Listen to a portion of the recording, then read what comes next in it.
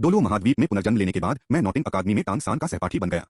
शुरुआत में मैं एक साधारण छात्र था, लेकिन एक रहस्यमयी सिस्टम ने मेरी किस्मत बदल दी। सिस्टम की मदद से मुझे अनगिनत शक्तिशाली वस्तुएं, दुर्लभ खजाने और अद्भुत क्षमताएं प्राप्त हुई। मैंने उन अवसरों पर कब्जा करना शुरू कर दिया जो मूल रूप से दूसरों के लिए थे, अपनी शक्ति को तेजी से बढ़ाया और धीरे-धीरे पूरे महाद्वीप का ध्यान अपनी ओर आकर्षित कर लिया। समय के साथ मुझे एक चौंकाने वाला रहस्य पता चला। दिव्य लोक के देवता पर्दे के पीछे से सब कुछ नियंत्रित कर रहे थे।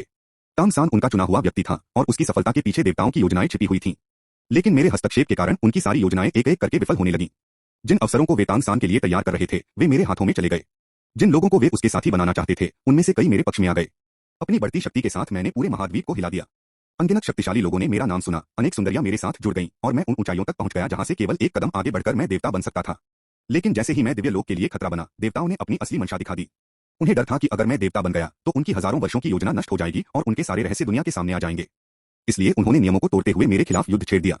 पूरे दिव्य लोक के देवता एकजुट होकर मुझ पर टूट पड़े। भयंकर युद्ध के बाद मैं हार गया, लेकिन मृत्यु के अंतिम क्षण में मेरे सिस्टम ने अपनी अंतिम शक्ति सक्रिय कर दी और मेरी आत्मा को समय में पीछे भेज दिया, उस दिन जब मैंने पहली बार नॉटिंग अकादमी में प्रवेश किया था। अब मैं फिर से वहीं खड़ा हूं, लेकिन इस बार सब कुछ अलग है। मुझे भविष्य की हर घटना याद है। मैं जानता हूं कि कौन मेरा मित्र बनेगा, कौन मुझे धोखा देगा, कौन सा खजाना कहां छिपा है और कौन सी विरासत पूरे महाद्वीप को बदल सकती है। सबसे महत्वपूर्ण बात, मैं देवताओं की हर योजना और हर साजिश को जानता हूं। मैं वापस आ चुका हूं। इस बार मेरा लक्ष्य केवल देवता बनना नहीं है, इस बार मैं देवताओं का राजा बनूंगा।